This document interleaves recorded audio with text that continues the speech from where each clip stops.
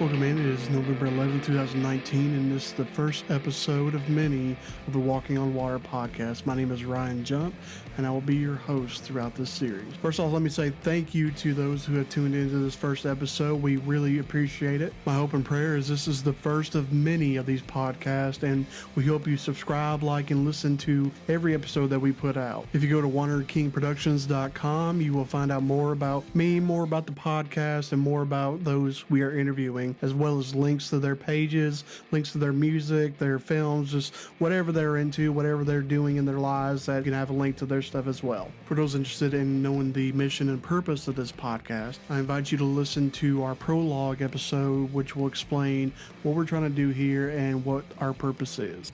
And be on the lookout for our social media pages. If you would give us a like, share, and subscribe or follow, we would really appreciate that. All our social media links will be on our website. Again, that's WanderingKingProductions.com. Now let's move on to our first ever guest on this podcast, my good friend Kate Puckett. She's a local singer here from the Middle Tennessee area, and she has such a wonderful, beautiful voice. I encourage you to check out her social media pages and all her music. She'll give you the links to that a little later in the show. Not only is she an amazing singer and performer, she's also one of my most dear and special friends.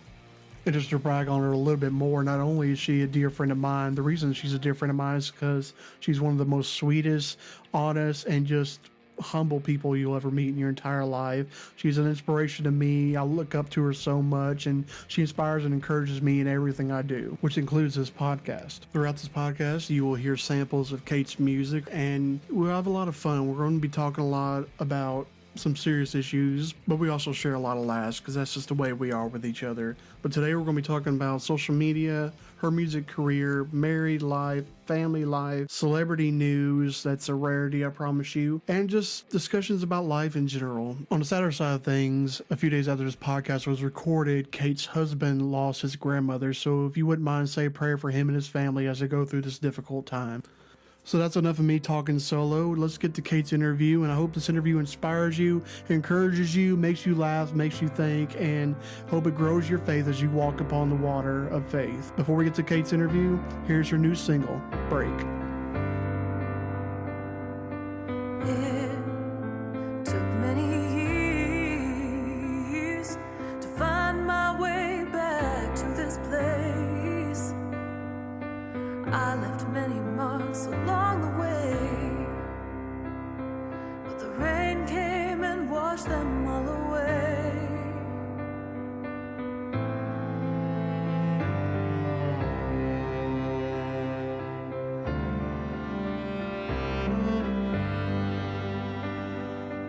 It took many tears.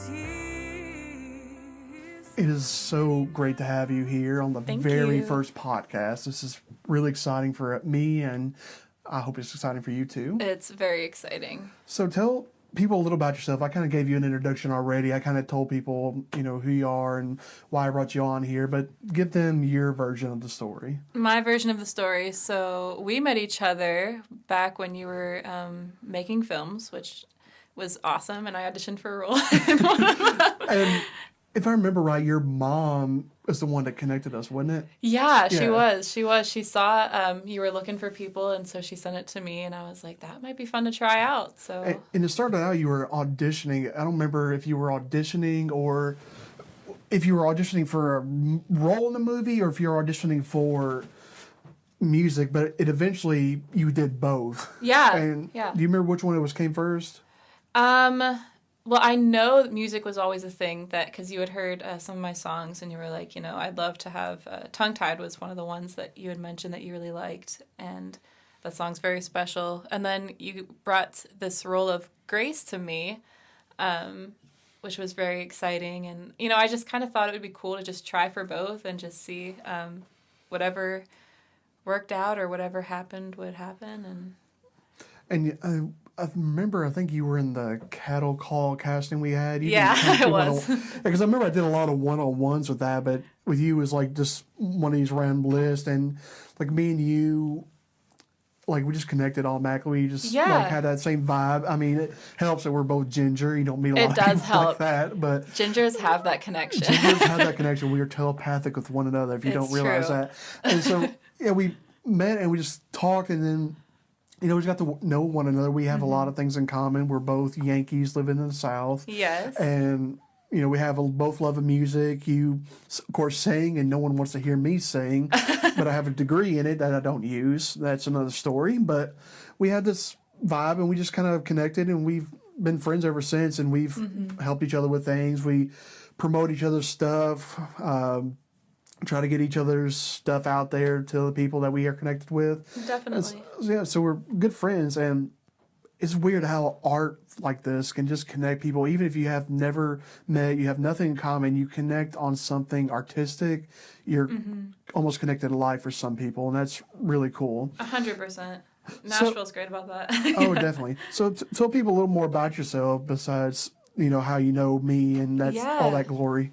Well, it is a glorious story. It is glorious.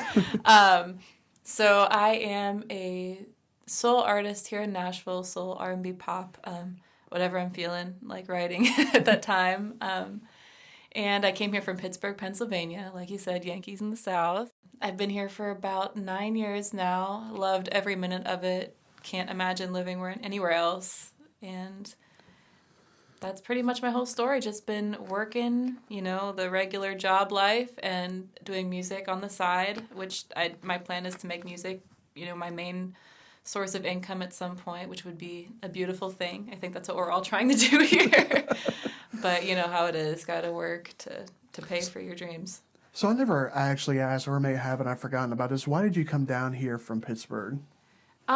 Just for music in general, a lot of people, Nashville, has always been a music hub, but a lot of people that I'd met that were from Nashville said, you got to get down there. That's where, you're going to make the most connections. You're going to grow as a person, grow as an artist. And that's totally what happened, because back where I was in Pittsburgh, or in a small town outside of Pittsburgh, there wasn't a lot of music happening. So I didn't really feel like I needed to grow, because, people who knew who my band at the time was, and we just thought we were hot shots, And then we came down here, and everybody was so, so talented. I needed to grow tremendously just to keep up, and that's essentially what happened. And I just kind of used that to push me to be a better artist and get to know the business more. And you realize you have to learn a lot about the industry, not just writing songs, but, every aspect of it. Now, your family's down here, too. Did they come with you, or did they come after you, or how did that go about? Yeah, my mom and my sister came with me. My sister ended up going to college at MTSU to be an accountant. She's brilliant. She has... And you have a brand new nephew. Congratulations. I do. Adorable. Oh, my gosh. He is so cute. It's hard to put him down. He's the cutest. He's wonderful. And it's just been really fun to be an aunt again, and... because you have other siblings and they have kids, but they don't live here. They don't. No, they live in Pittsburgh still. That's right. I've got nieces and nephews up in Pittsburgh that I'm excited to see at some point soon over the holidays. There you go. So they followed you down here, and what happened next? What did you do when you got down here? So basically, I jumped into the Christian music scene. I was with the band Hill City Lights at the time. The industry, people in the industry were trying to turn us into the Christian version of Paramore, which is the funny thing. Like, there's always, the Christian version of some, and so that's what we were doing and what we were going for. And as many bands do, we ended up kind of growing apart. People went on to other projects. I still held tightly to Hill City Lights, and then eventually realized that it was kind of time to move on from that sound. I wanted to write other stuff. Just you as a singer, or was there a group, or what? How did that work out? So I was the vocalist. It was like your typical pop rock band, lead guitar, acoustic guitar or rhythm guitar, bass player, drummer. And, one of my best friends in the world, that's how we connected, was from that band, and we're still friends to this day. And it's, it was an amazing experience and a huge learning experience in my life, but... So before we move on to your music career, how did it actually start? What got you into music, and what got you with this desire? I mean, you're talented, and people have listened already. They heard how talented you are. But what got you into saying, hey, I want to be in music. This is what I want to do. This is the only thing I really want to do in life.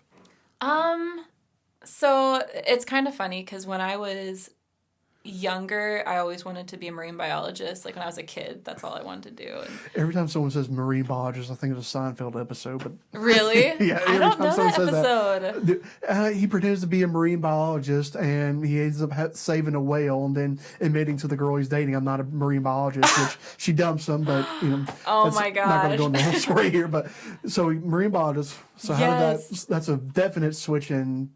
I always watched Animal Planet. And I thought it'd be the Oh coolest yeah, thing. Animal Planet. Right. Steve Irwin. Yes. Yeah. Still miss that man.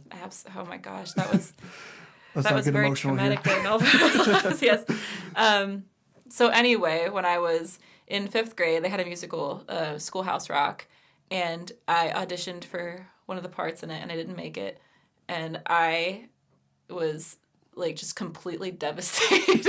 Okay, which play was it? Was the How to Bill Becomes a Law? It was like all those songs, so they made a whole musical out of all of the Oh. songs from it. Which part did you go So for? I auditioned just for any of the lead roles. So I was like, whatever it is, I want to be a part of it. And So did you have to sing a song from the show, or did you just have to sing something? I know I had to sing a song, but I don't remember which one it was. Okay. But I didn't end up getting a part, and so I literally, as soon as I found out I didn't get a part, I marched into the music teacher's classroom and I was like, I want a part in this.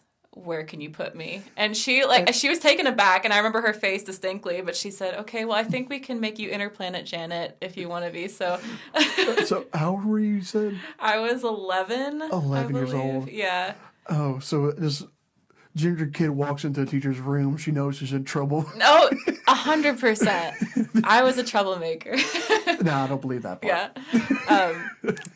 I don't either. I can't even even say take it with a it. straight face. But yeah, when a ginger walks into a room, people just kind of look, and like there's either going to be a dance, a jig, or something bad something's going to happen, and it's going to be my interesting gosh. to watch it. Or we're just going to stare and act like we have no souls, because apparently we don't. That never, like, when I was growing up, that was the thing. Did you get hit with that too? Like What's the that? kids tease you about not having a soul. And, like, I don't think it was till South Park came out, because I Yeah. don't think anybody said it before South Park. well, they said I was gonna steal their soul. Is what I got hit with. I just got hit with, so you don't tan, huh?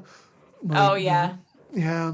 When you lived in Michigan, no one really cares about a tan, but you move to the South, everybody wants to see you get tanned and bronzed up, and it's like, I'm good. I don't think I would look good with a bronze skin and red hair. And so, Yeah. and when I was younger, I've seen pictures of you. I think you had the same thing as me. Your hair was brighter when Yes. you were younger. And so having bright hair and having the idea of tan skin, it's just not a good look. No. Especially on an 11, 12-year-old. I got Right. pictures of me where I'm sunburnt and had the red hair.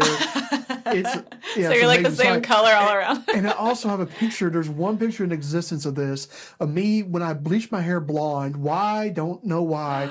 Bleached my hair blonde You with did the sunburn. not. It was horrific looking, and it's just the most awkward picture. It's one of those pictures that if I ever get put on the news for doing something terrible, they're going to pick that picture to make me look bad. That's the my one they're going gosh. to choose. Can we pull that up at some point? Like after I this will is find over. it for you and show it to you, but I'm not going to show it to anybody Fantastic. else.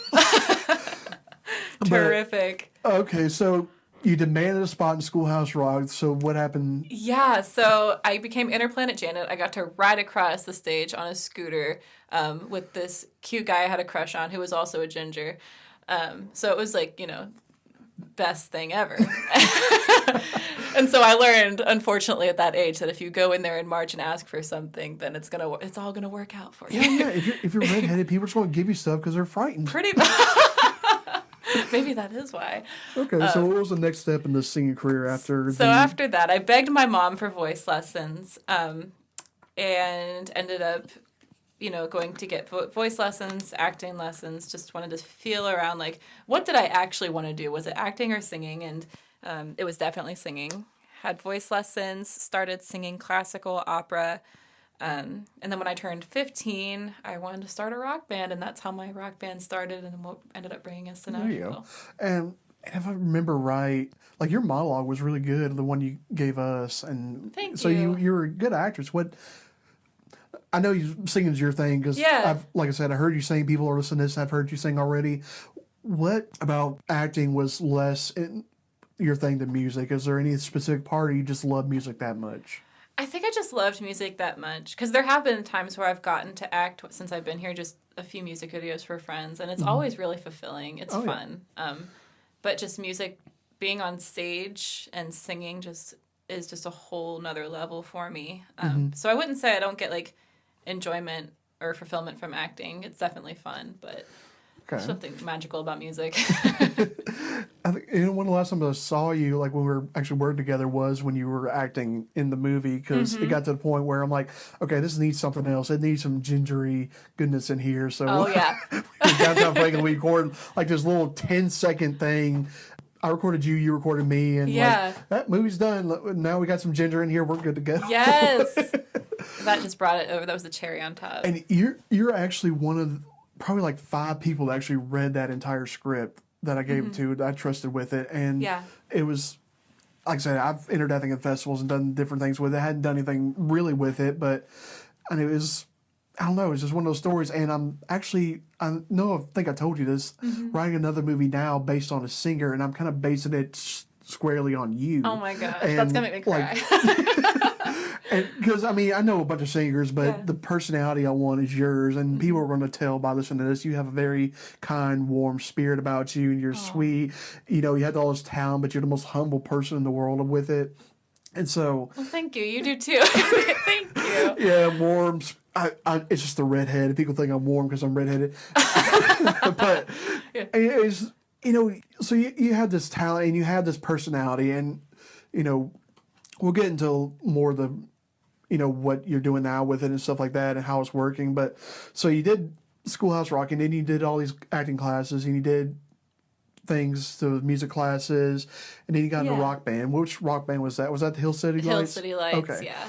I knew you said you did it when you were younger, but I couldn't remember if it was younger. It was like 15 or 16 is when we started. And you were down here when that happened, wasn't you? No, so I was up there when we started. We practiced in my friend's garage, you know, classic garage band, classic garage band, and played festivals. And before that, before I even started the band, I was singing in retirement homes and community days and just everywhere I could, pretty much. You know, like I'd sing at a retirement home and some guy would come up and give me like, you know, a silver dollar, and I'd think I was like queen of the world because I earned money while I was singing.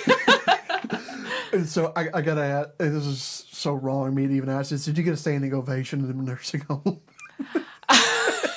Or their standing ovation version? Oh my gosh. Oh my gosh. I'm sorry, God.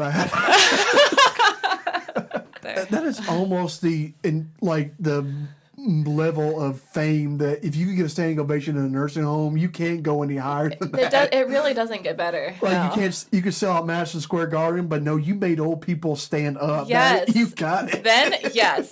Then you know you have talent. Oh, then you know you have rocked face, and you can retire and just sail off into the sunset. Okay, so yeah, did all that, and is it when you moved down here? Is that when Hill City Lights decided to? Yeah. Or you said you disbanded before that, but when you moved down here, it was kind of official. It was kind of official. Okay. We tried it when we moved down here, but I think we all just had, you know, different aspirations in life, and you know, moving into Nashville and being a part of this music scene is very, it's very difficult and very challenging, and it makes you ask yourself a lot of hard questions, like, is this really what I want? And I think to the people that I played with, to their credit, they knew exactly what they wanted, and, you know, it wasn't to do it full time, and some of them it was, and they moved on and did other things. But like I said, some of my best friends, I'm still friends with them from that group, and I wouldn't trade all those experiences for the world. And you were how old when it broke up finally? About 19. 19. And okay. It was hard. Yeah, I'm sure. I imagine. Sad. And you moved down here. What did you do then, as far as music goes? I joined a country band. We sang a lot of covers and a lot of originals, and that was the trio Blended 328. Oh, is that we had that mutual friend Dallas? Yes, and Dallas. Yeah. Was she before or after you? Remember? She replaced me. Okay, yeah, she replaced you. That's what it was. Okay. Yeah. And she told me about it, and I never thought to ask what genre of music it was, but country music. I just don't see country music from you. I never really felt at home in the country music genre, and like I don't dislike country music, but that's part of why I left. I was like, I can't really. They were really wanting to move on to bigger things, and I was really wanting to sing other stuff. So because I mean they toured in like the Middle East and different things like that, and Dallas has told me all about that stuff.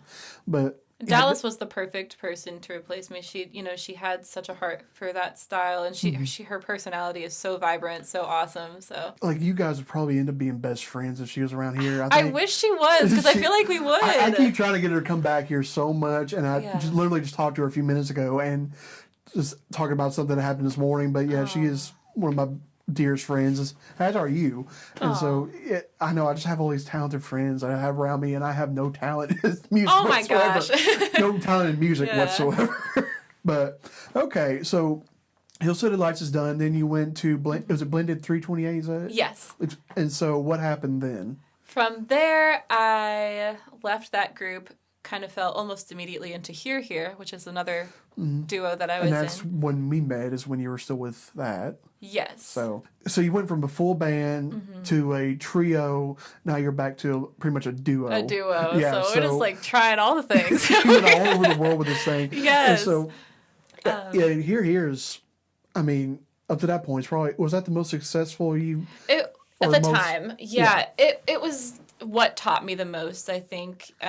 Being in a duo with Matt Lloyd was the guitar player and the other part of the duo. He, I give him a lot of credit. He, pushed me so much to learn as much as I could about the business side of things. And he was very passionate about, just all of that stuff. And it really encouraged me to learn a lot about it. And when he ended up moving to Arizona, he's in a pretty successful band right now. Okay, that's they're good. doing some cool stuff, but it's still in that same genre. And I learned a lot being in that group.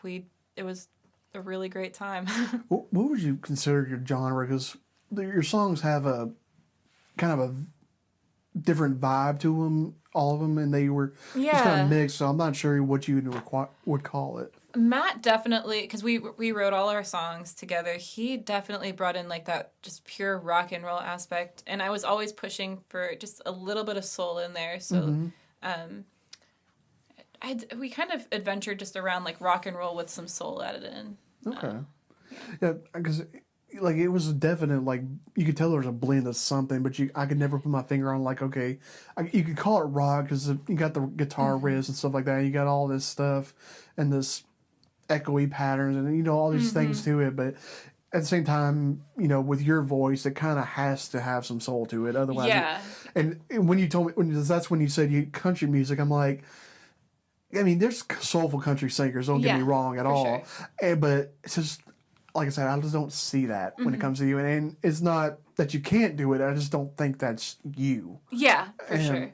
And you live kind of in a countryish town like I do, but I just don't see country vibes coming from you. So, do you listen to country music either?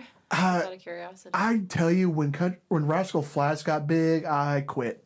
Really? That's pretty much it. Like, I was raised on country. I was raised, I'd go to sleep listening to the Grand Ole Opry and stuff like that when I was a kid, because that's what my parents listened to. My dad was a drummer in a band for a while. That.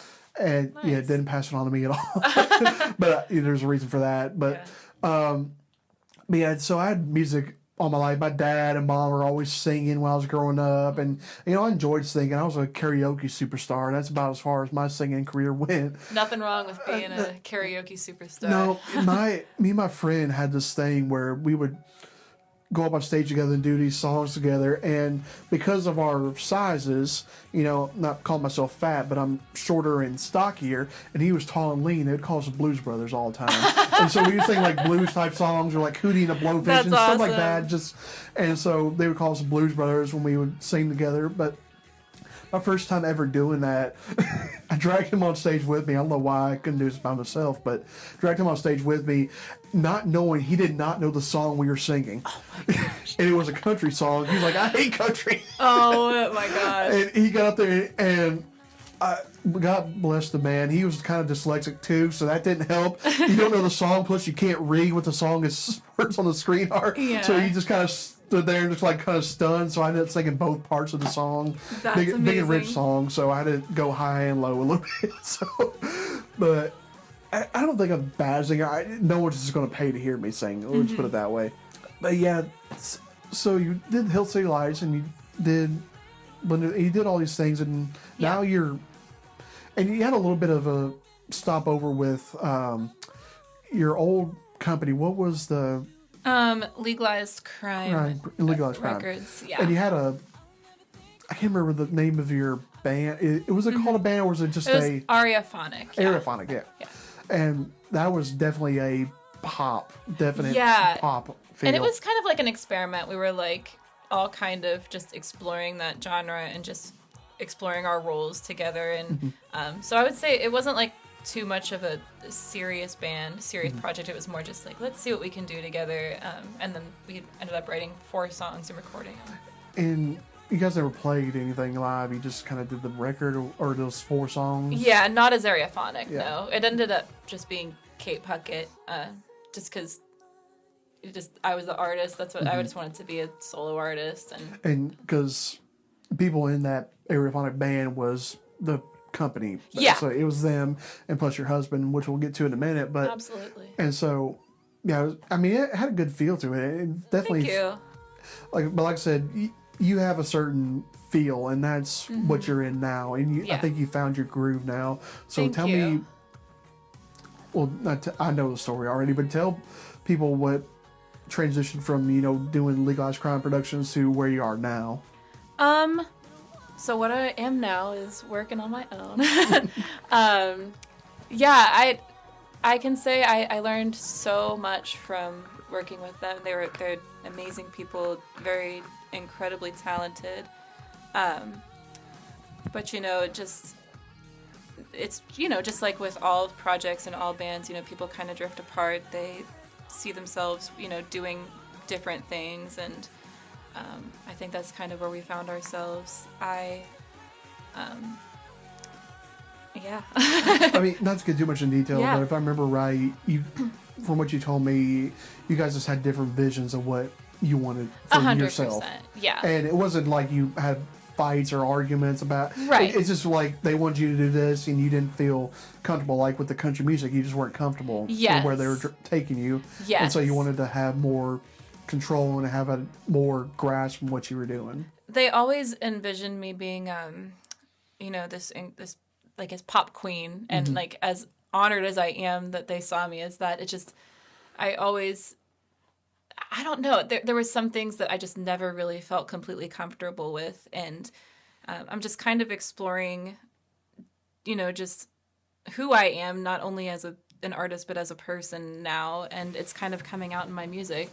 I think I was always trying to put myself into the mold that the industry wanted from me, if I were to go down this pop route. And it wasn't me, and I was never fully comfortable, and towards the end, I actually had several other artists come up to me and people that were like, you don't seem comfortable up there, and I felt that, and when other people could see that, I was like, okay, that means something that other people can see that. So since then, though, since I've been on my own, people have said, you feel like you just said, like, I feel like you've found your style, your sound. I feel like you've come into your own, and I just feel so much more confident than I ever have now. So you're, like I said, such a humble, sweet, kind person.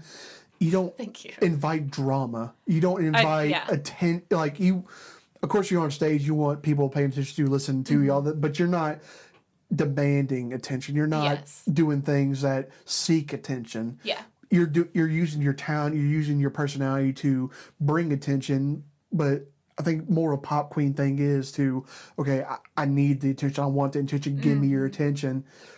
You're more of a let my talent speak for me, and then I'm just going to let my personality come through.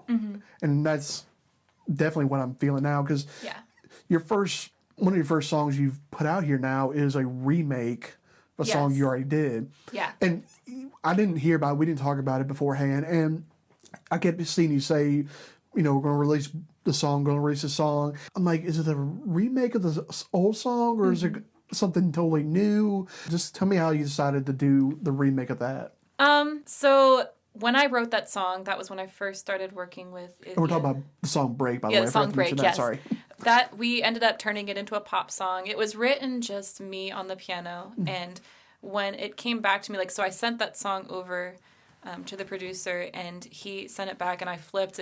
He sent it back as a pop song, and I was like, I never would have imagined, this song's a pop song, and of course, it sounded incredible. He's very talented, and I was like, let's try it out, and I always love that intro too. This intro song is kind of cool. Yeah. Yeah. It just sounded so cool, and so I was like, let's explore this, and then so it kind of branched out, that whole pop thing from there. But since I've been on my own, I've always just in the back of my mind, just that song is so special to me, and I just always heard it the way it was originally written, and so I wanted to release it that way. So it's just piano. I wanted it to be super raw, so we just did the vocals. We just did one long full take, and that's what we ended up releasing. And the cello, of course, just brings out all of the emotion in it. And that's what I was kind of wondering, because when you released it, and by the time I knew it was a remake, and I told you that intro was really cool at the beginning, I was like, oh, how are they going to do that? And then throughout the song, you hear that same thing you heard in the pop version that I'm not going to try because it'll break people's ears. So I was just kind of like, how are they going to do this? And then heard the cello and stuff, and was like, that is really cool. That sounds really good. Thank you. And so it's not the only song you released since then, but it's the most recent one when this is being recorded. But I Am. Yes. So tell me about that, because that, like, one of the most powerful songs I've heard you do. Thank you. As far as, like, lyrically, and, well, the music's great, too, and stuff, but just the words behind it and the meaning behind it. And I'm sure if people listen to it, they're going to, as soon as you describe what it is, people are going to want to go out and listen to it. So tell me about that. So that was actually the last song I released before I kind of branched out on my own. And I wrote that song about just the inner struggle of what I was feeling. And there's a lot of different angles to it, but what I was feeling as an individual in the pop world, and just all this pressure from who I was told I was supposed to be, not just in music, but just society, what they tell us, women and, just anybody, not just women, what we need to be and what we need to act like. And it's pretty strongly worded song, but I felt that it was necessary to use, the expressions that I used, just to kind of like, because those are things that we actually hear, and I was like, this is really important to say, and this is how we actually feel. So yeah, it's just about the pressures with body image, with how we act. I always felt afraid to speak up because it would come across, like I was kind of being a jerk, but in reality, it's just me saying, how I feel about something, and I think that's something a lot of people struggle with. I mean, it doesn't come across as being anger of just in general, but it comes across as just fed up just with how you're expressed to, and how people view you, and what people say to you, and not just you. Because you reached out to people and actually asked for their opinions on this stuff, didn't you? Tell me about some of those. You don't have to name names, but just tell me what you've learned from people doing that. The general consensus that I came back with matched exactly how I was feeling, that none of us really feel like we're enough, and that really is what inspired the song. And just to hear people come back with that they were feeling that too, really meant a lot to me. And so I think that's why people kind of identified with the song, because the song is saying, like, I am enough. And it says it's something different from a Christian's perspective, as we both are. I am everything God tells me I am, and so I need to stand on that. But even people who may not be believers can listen to it and say, I am enough, I'm worthy, and know that they, who they are is enough, you know? Exactly. So you bring up body issues, and, not to be crass, but, I mean, you're a very beautiful woman. Thank you. I mean, when it comes to body issues, what do you personally struggle with? Because, I've heard of people having body issues, but usually it's somebody who, has skin issues. They're obese. They're wearing glasses. They have acne. I have all these issues where they're ashamed of it. They don't like it. Coming from you, coming from someone who, naturally God-given beauty, like all women are, but who the world would consider beautiful. What do you find that you'd struggle with, and what has society made you feel as far as body issues go? So when I moved down here, one of the things that I struggled with is, first off, everybody was, their talent was just enormous. Mm-hmm. And I felt, immediately just, my ego was just bruised. And I was like, I have so much, I need to grow so much. And then the next thing I noticed was how incredible everybody looked. Everybody had their sense of style, just, you have these beautiful people out there, they're the ones booking shows, and so I, for quite a while, struggled with an eating disorder, and that got to the point where, I literally almost died, and it was, I would have to say, just as far as life experiences go, that was one of the most difficult things that I've had to work through. But even though I'm not struggling with that anymore, and I'm completely, we all have those thoughts, but I'm past that season in my life, but I still struggle with, do I look the part? And, you hear that a lot in the pop world. You scroll through Instagram, and it's hard to not compare numbers when you're in the music industry or in any industry. You see these artists with, thousands and thousands of followers, and just the way they look, and you compare yourself to them, because I don't have all those followers. So I'm like, what does she have that I don't? And then the first thought is, it's the way she looks. She's more beautiful, or, has a better body. And so a lot of that pressure kind of bounced back to act a certain way, dress a certain way, when I was, in that place, not that long ago, about a year ago, I found myself dressing in ways that I normally, wouldn't have in the past. And it really took me a lot of soul searching and just a lot of prayer. It was hard to come back from that mindset where I have to be this certain thing in order to, make it in the music industry.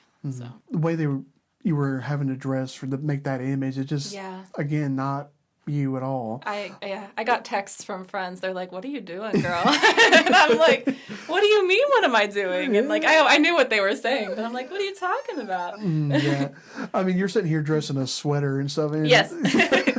I mean, it's freezing outside, but that's here and there. But what you're wearing now, that's more kind of you. You got that warm, just I don't know, personality, and it wasn't I don't want people to think you were wearing anything scandalous. Yeah. You weren't out there in lingerie or showing off your body in that way. But knowing you like I do, and just the way you were being put out there like that, it was just kind of this just doesn't seem like all you. Yeah. And you could tell there was outside influences. Again, we're not bashing your team, the old team, or anything like that. It's just more of, I just don't think that the things were in harmony with you and them, as far as what you wanted and what they wanted, and how they thought you should go, and how you as a individual should go on your own and do it that way. So, and I honestly and I would have to take the blame for that, because in their eyes they're making me into this artist. They want me to be successful, and looking back, it was so much of me being like, yeah, let's go. I'll try anything. I want to make it. You want to be successful. Exactly. I mean, there's nothing wrong with doing that at all. Exactly. But, of course, you ran into the problem of, okay, do I want to pay this price to be successful? Yes. And again, you weren't putting yourself out there as some, drama queen or some, Hollywood quote darling. Yeah. I mean, it's just it just wasn't you, and it just I think people could tell that, especially fans may see one thing, but I, as your friend, saw something. I'm sure your family saw something. It was just this one connected, and I'm sure they vocalized it. It wasn't connected, and people want authenticity, and I think that affected my career a lot, because people could look at me even on stage and say, "See, she's not comfortable," and I'm not bashing anyone who does have that whole image and persona, because I mean I'm all for supporting other women, and if that's you, then 100% go. But that's your the thing.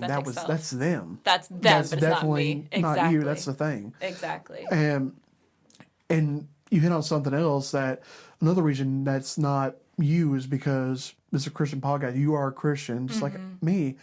And so you want to put out this image of not only being, you know, hey, I'm a singer, I'm an amazing singer. Yes. But at the same time, I'm a Christian. Yeah. And I mean, your songs have Christian themes in them. You have Christian songs from back in the day that were used in my movie and stuff like that I've used before. But you're not a Christian artist in the terms of, you don't do contemporary Christian or anything like that. But your songs are very much, you could play them to your kids, and you could play them in families. And if you played them in a church setting or something, no one would get offended by them. Yes. But so tell me, how's being a Christian? I mean, how long have you been a Christian? Let me best put it that way. I've been a Christian since I was almost 17 years old. So it's been a long journey. I feel like that one sheep that keeps stupidly walking away, and Jesus has to be like, all right, I'm going to go get her and bring her back. Well, but what I was trying to get at is, for most of your music career, you were. Yes, and so, absolutely. In Hill City Lights, that's what... We were a Christian band. Now that you've gone out and did more, you did the country thing for a while, but then you get into pop, you get into the soul stuff, and you get into what you're doing now, then you go into rock too. But how has being a Christian affected that, and how you handle that? I never really felt any pressure to hide that part of me. In fact, until I started moving into the pop genre, so like about 3 years ago. Like even with Hill City Lights, we'd play at bars and I'd give my testimony and just felt no, discomfort from doing that. It just felt supernatural. And, with Blended, they were Christians. A lot of the people in the group were Christians. Matt, obviously, we shared the same belief. But then it did get to the point where about 3 years ago where I started feeling like I had to hide that about me. And just for that whole 3 years, I was fighting that inner battle, which 100% was the Holy Spirit, because, he nudges us, and there'd be times where I'd go out, and be in a situation, and the Holy Spirit would be like, come back, focus on me, like pause. And I'd be like, no, I'm not, I want to go do what I want to do. I'm going to go be, this pop star, and, bye. And I just, you know how that conflict is within you. It just, you never feel at peace when you're living that life. And someone recently told me, they're like, if God's telling you to pause and you keep going, he's going to make you pause, at some point. It goes from a pause to a stop. It does. Yeah. 100%. And that's what ended up happening. None of the things you put out are definitely not Christian at all. No, absolutely not. And like I said, you could play them to your all our songs are your kids. You can play them to your grandparents. You wouldn't be embarrassed listening to them. You could sing them out loud without those lyrics like, oh, I wish I hadn't sung that part. Yes. It's one of those things like parents will play the music to their kids, and then they don't notice the bad words in there or the bad suggestions until their kids are singing it back to them. I've heard that happen before, and then the parents are just like shocked. I'm like, don't you just listen to what it's saying? Yeah. But yeah, with yours music, you don't have nothing to worry about there. But yeah. And so, if you haven't listened to their music, you can tell them where to find your music at, and we'll move on to something else here in a second.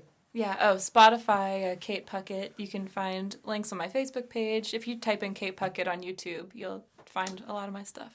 So. Yeah. And on SoundCloud, you actually have your older Christian stuff, which I listened to a minute ago. Yeah. And actually, one of them kind of sounds like a country song. That's not surprising. The mama. Did mama never tell you? Exactly. Like I'm like, now that you said you did country, I'm like, I can hear that kind of in there, because you don't hear mama a lot in rock. It's kind of a country thing, but yeah. So if anyone can make me change my mind, I'm looking at you. And if anyone can make me try just one more time, I'm looking at you, babe. If I love somebody, is it gonna be you? If I love somebody, is it gonna be you? If I love somebody, is it gonna be you?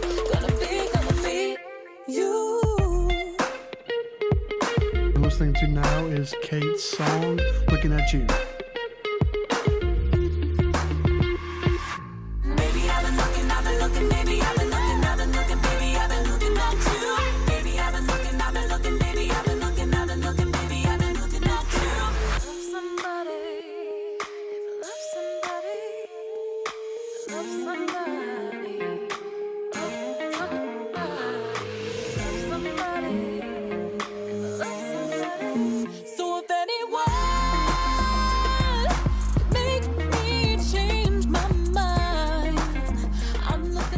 going to hit on another subject here, and you can have fun with this as much as you want to.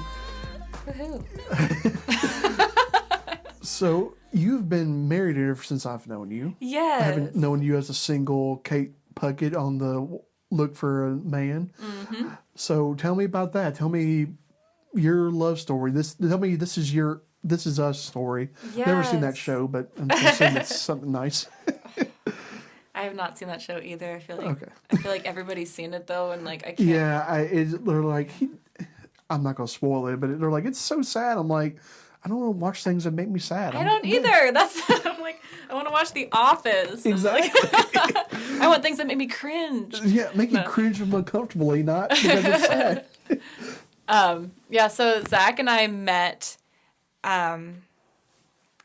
It's such a long story, and I have my version. He has his version, but we both went to a party. I brought somebody else that I was kind of seeing, and he was there at this party. He didn't talk to me at all, so I was like, I didn't really think twice about him. Mm-hmm. And then he messages me on Facebook a couple of days later. He's like, "Hi," and I'm like, "Hi." And he's like, "So I hear you're in a band. Does your band want to play with mine sometime?" And I was like, "Sure," because that's how shows are booked. And I was like, absolutely, let's do it. And that ended up never happening. But he was a drummer for his band Forrester, which is, like his brother sings for that band, and they're super good. And at the time I was in, I think I was in Hill City Lights at that time. So anyway, flash forward, after that show didn't happen, a couple months later he messaged me and he's like, "Random question, do you want to meet up for ice cream?" And I was like, "Sure." And how old were you guys at the time? Like, I don't know. I think I was 19, 20. Okay. And so he messages me. I'm like, let's go meet for ice cream. So we make plans to go to Sweet CC's in downtown Franklin. And he texts me the day of, and he said, "I can't come. I'm going fishing." And I was like, "Oh, okay." So I'm trying to be understanding. I'm like, all right, whatever. So he's like, let's do, he made plans for the next couple days. So he's like, let's do this day. And I was like, all right. That day comes, he texts me, he's like, "I'm going to a hockey game." And I'm like, okay, that's fine. And, if you get tickets to a hockey game, that's understandable. So I was like, okay, let's. And then, the same thing happened again a third time. He's like, "I think I'm going to go play softball." So at this point, I was like, just, if you don't want to hang out, like, that's fine. Is he incredibly shy, or how? Did he ever explain why he kept doing this? I think he was just, like, oblivious to the fact that, like, because those were all in his mind really cool things to do, important things. Yeah. So he was just like, she'll be fine, I'll go play hockey, I'll go fishing and go. So at that point. So that's how I get a girlfriend. I blow her off a couple times. Right, that's okay, sorry, go on. I was like, at that point, I'd been blown off so many times. I was just, if you don't want to hang out with me, that's fine. And he's like, no, I promise, this time we're going to go hang out. So we ended up finally meeting. And at this point, I was so annoyed. And I showed up there, and I was kind of in a bad mood. And I was like, I don't even know why I'm here. My friend had actually pushed me. She's like, just go talk to him. He's really nice. Just go hang out with him. And so I ended up going to Sweet CC's, where you weigh your cups. I had like a $12 ice cream, which he offered to buy. And I was like, okay, that makes up for it. And so we, talked for an hour, and that was pretty much it. We dated for like 4 or 5 months before we got engaged. And then that was it. So 4 or 5 months, wow. Yeah, it was pretty quick. So you went from, being blown off for a few days to 4 or 5 months later saying yes. Yeah, pretty much. So, in general, what was dating like for you as far as... I have always, and people make fun of me, I have always dated the drummer in my band. I'm not kidding. In Hill City Lights, I dated the drummer the whole time. Oh, man. I dated... When that band broke up and, restarted, I was, talking to the drummer, and... just it was always drummers, and then it turned out Zach was a drummer, so I was like, that's it, we're getting married, let's go. And so now he drums for me. Okay, so let me get this straight. Every boyfriend you've had was a drummer? Wow. Okay. 100%. So I need to take after my dad and be a drummer. That's what you're telling me. Okay. I think there was a guitar player in there once for a couple months, but that didn't last very long, no. did it? He wasn't a drummer. He had that drummer fever. I got it. So tell me, in your experience, like I said, you guys are mostly Christian in these bands and stuff. What is it like dating as a Christian? What was it like for you?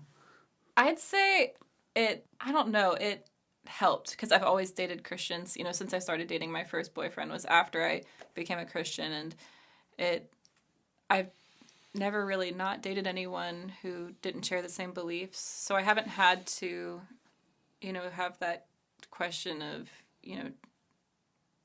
do we believe different things and is this going to work out? But I'd say being married to, another believer and the fact that he's, my drummer, he holds me accountable so much, and he's just completely my rock. And whenever I'm struggling with something, and I struggle and I have doubts, and I come to Zach with like these ridiculous questions, and he's like, why are you having these questions right now? But he's extremely patient, and I'd say it's been so important. And God knew that I needed someone like that who was patient and could answer my questions and would hold me accountable and pull me back when I started, trying to go too high or too far or whatever. And so. I'm sure you do the same for him too. I hope so. Yeah. We have very different personalities, Like, I never met Zach, so I'm not exactly sure what kind Yeah. of personality. I see you guys on Instagram, Facebook, and stuff like that, these little videos or these little photos. You both seem silly as can be. That's Oh, yeah, we're for both sure. goofballs. Yeah. But, yeah, I don't know how your dynamic works exactly. Yeah, man, it's hard to explain. I'd say we definitely are. We do complement each other's strengths and weaknesses, though. So I'd like to hope that I'm his rock as much as he is mine, and I'd say that I am in certain ways. I definitely, I'm slower to temper than he is, so I think that's helped him. But I'm also Wait, you're ginger and you're slow to temper? Isn't that Something's wrong crazy? here. It's like Sorry. yeah, no, it's true. But I am always stressed, always worried about something, and he's very like, Even keel. even keel. So it's definitely a good balance there. That's good. And like I said, you guys ever follow her on Instagram and social media? Them two are just adorable. Thank you. I may need to bring you guys in here just to interview you both about marriage. Just Oh one my time, gosh. just to see how. Well, that if he goes. gives his version of the story, just don't listen to it because mine's the correct one of how. He's not going to mention the couple blow offs there at all. No, he'll just skip right past that, and he might mention the hockey one because that was important. The only thing that couldn't be rescheduled, the hockey one. You can't reschedule that. Wait, it was a Preds game, wasn't it? It was a Preds And game. that's when they were kind of bad, wasn't it? I don't think they were winning at that time, Oh, but okay. he had season he is like one of the biggest Preds fans, and that's just one of the things, and I actually enjoy that part because he always, when there's a Preds game on, he's watching it, and that's just our time where I'll just settle upstairs and work on music or play video games, and he's got his Preds game, and that's You're been more of a fun. Pittsburgh fan, though, aren't you? I am, but I wouldn't say I'm not as big of a Hockey sports fan as he is. Yeah, for sure. yeah. You're kind of like me, except I can do artistic and sports. Yeah. Because when I'm frustrated with artistic stuff, I can just watch sports, and then my team loses, and I'm just Who are your lose at that point. Oh, but Who are your teams? do it. Who are your teams? Oh, sorry. I had Steelers won. Nice. And for quarterback, I've been a fan of Ben Roethlisberger ever since the beginning, and just Big Ben. like him. But outside of that, I like all the Michigan teams, of course. That's my Yankee influence, and I was born in Texas, so I'll follow Texas every now and then. People are going to I'm going to get mutiny because of this. I'm not really a Preds follower. Like when they were in the playoffs and win the Stanley Cup, I cheered on. I hope they won. I was just like, Yeah. that'd be cool. Totally. But I would say if they were playing the Red Wings, I'd cheer against them every Yeah. single time. That's just it. That's, But, I've been to Titans games and stuff, and I've been to Alabama football games. Worst experience of my life at sports. Really? Yeah, Was it crazy? It was miserable. Miserable man. being a non-Alabama fan, bunch of Alabama fans. Nothing against them, but you guys are allowed. And I lived in the state for 3 years, so I got used to it a little bit. Yeah. But I've been to Braves games, don't like baseball.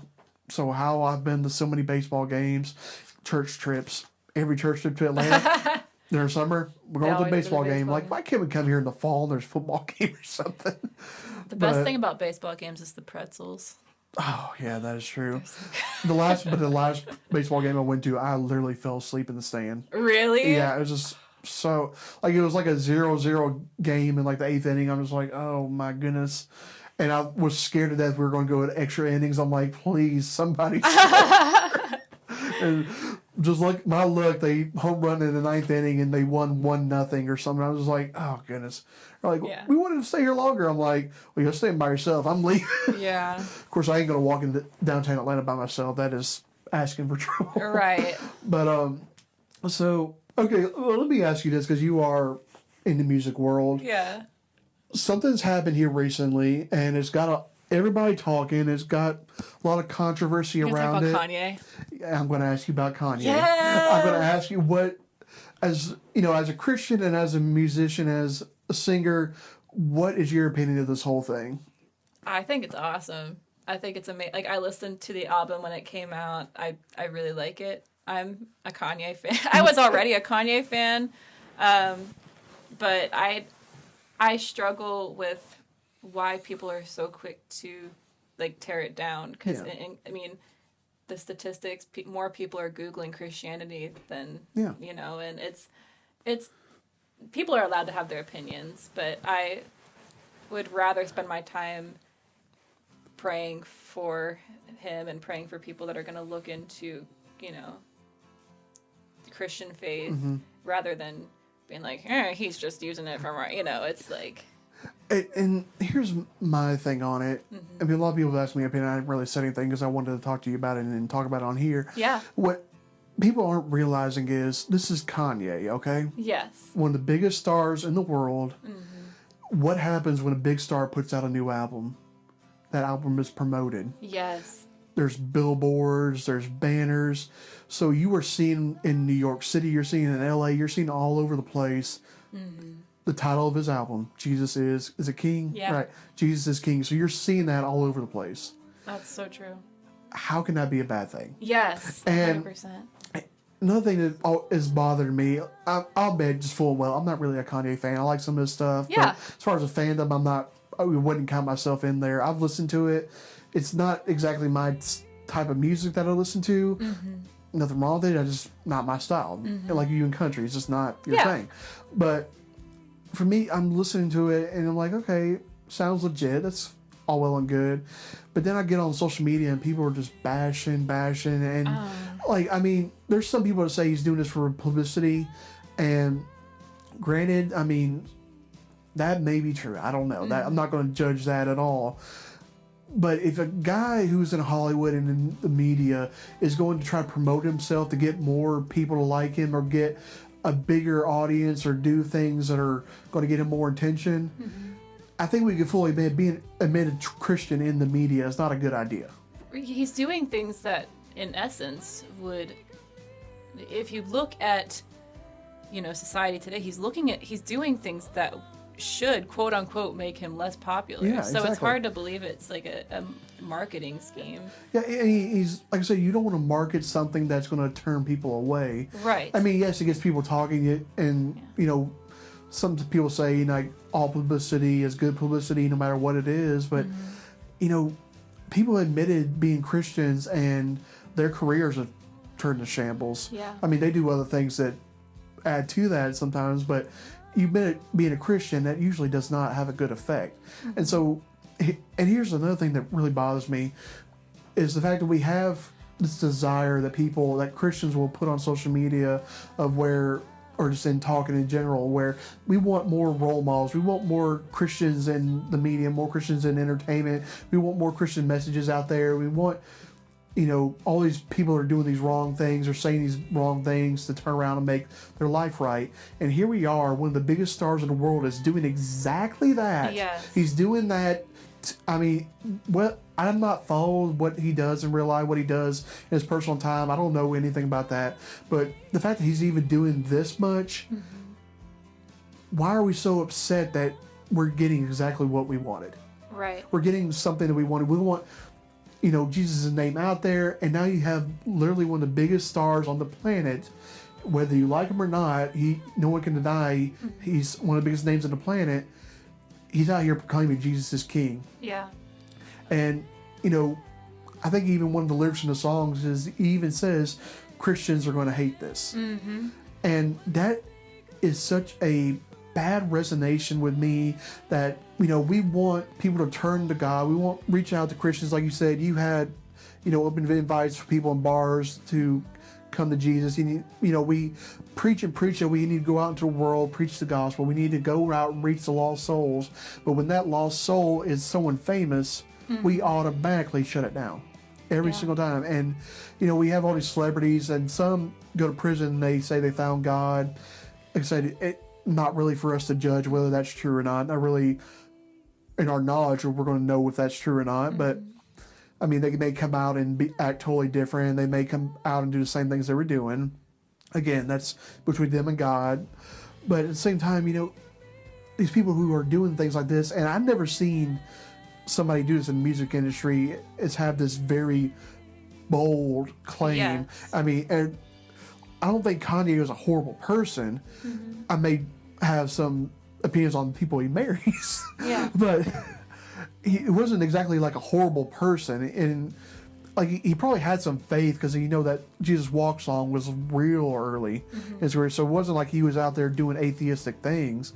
But here we have a man who is, for all kind of purposes, trying to be a Christian, trying to do right things. And like I said, I don't follow him enough to know what he's doing in his personal life or anything like that. But here he is trying to do something, and all Christians can do is bash the man. Yeah. When every Christian walking this planet has had the same story. Yeah. We've all been at that point where we're doing wrong, all at that point where we didn't have God.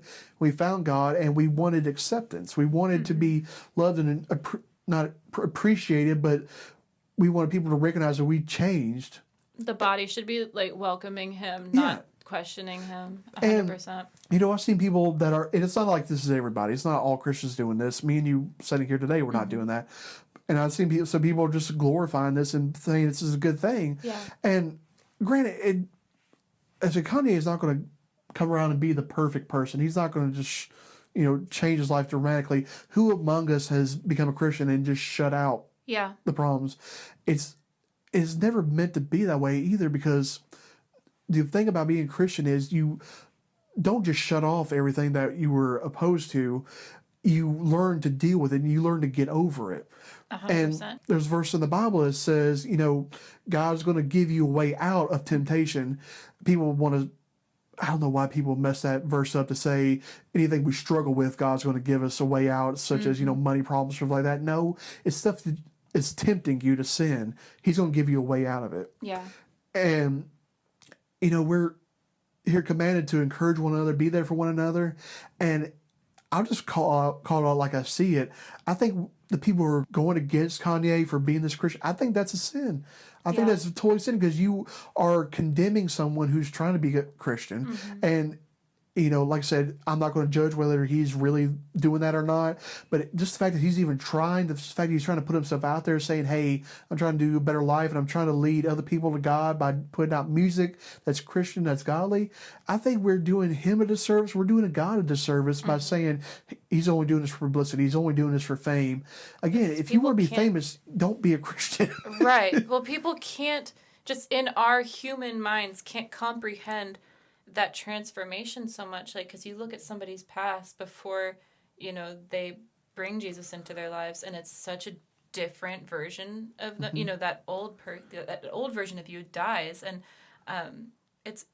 but that's exactly what God does, is he stops looking at that and he sees, you know, like, this is, you know, this is you with me. You know what I mean? This is the new, exactly. You're alive now. That old you is dead. And Kanye did this thing that he was on a plane, and James Corden, is that his name? The carpool karaoke guy was on the plane with him, with the whole choir that was on his album. And he asks Kanye, this is a video, I just saw it on Facebook and I shared it, of course, but he asks Kanye, he's like, so what do you say to all those, there's a lot of people who, you know, aren't really going to believe that this is the real deal. He said, because Kanye's like, I go to bed and I read my Bible every night. And he couldn't, he's like, you read the Bible every night? Like, that's, you know what I mean? He couldn't comprehend Kanye, you know, making this transformation. He said, so what do you say to all these people who aren't going to believe? And Kanye said, well, would you believe and would you agree that when you're asleep, you're in that state, and when you're awake, you're awake? And he said, people who, you know, don't have faith are asleep. And he said, and I am awake now. And I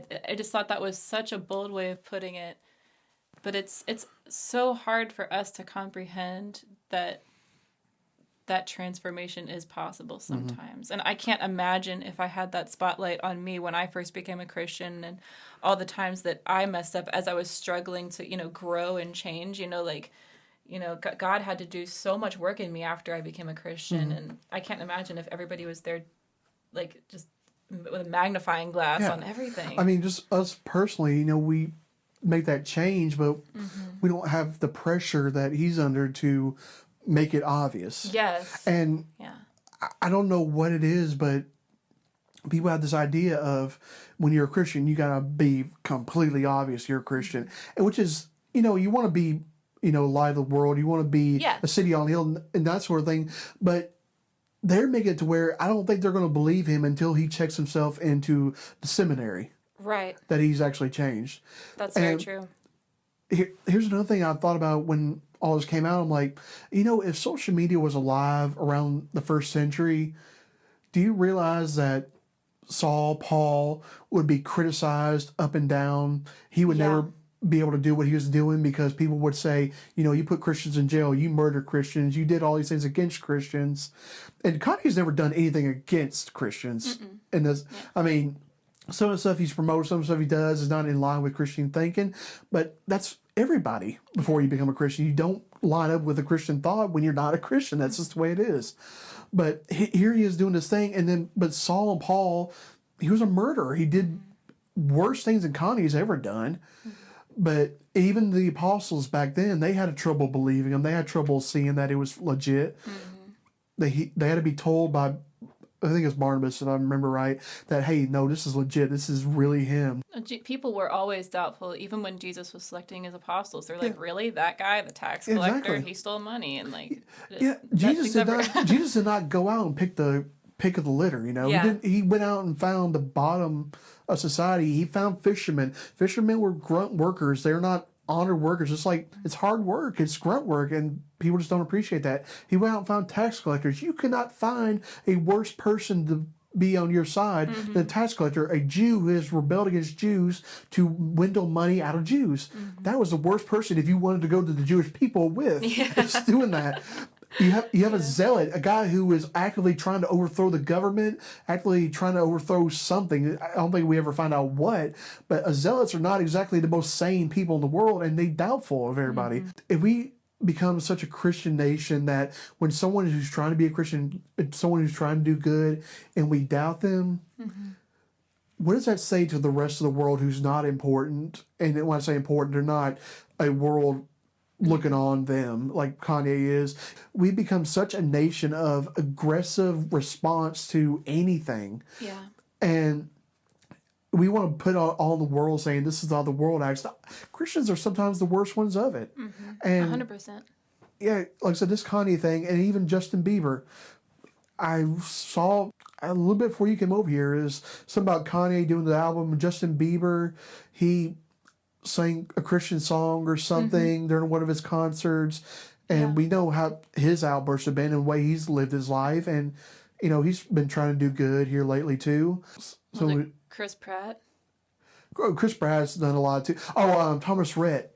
He gets up. I'm not sure what he was praying about. Like I said, don't follow country music, but he gets up there during a national award show and prays for somebody. Oh wow. I think it was Kane Brown. Someone can correct me on that if it's not. But I don't know what he's praying for again. But he got up there and he prayed for someone on national TV, but that's okay.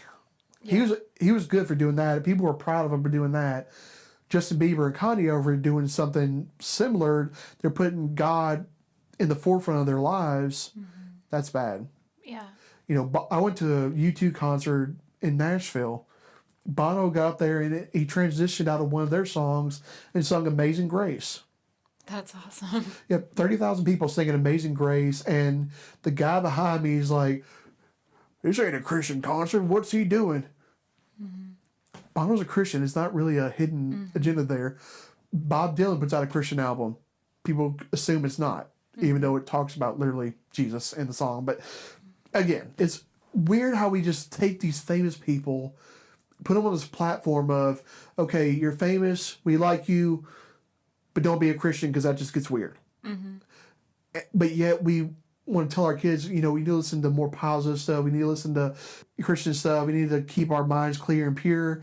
And here's a guy out here trying to make his music clean and pure. Yeah.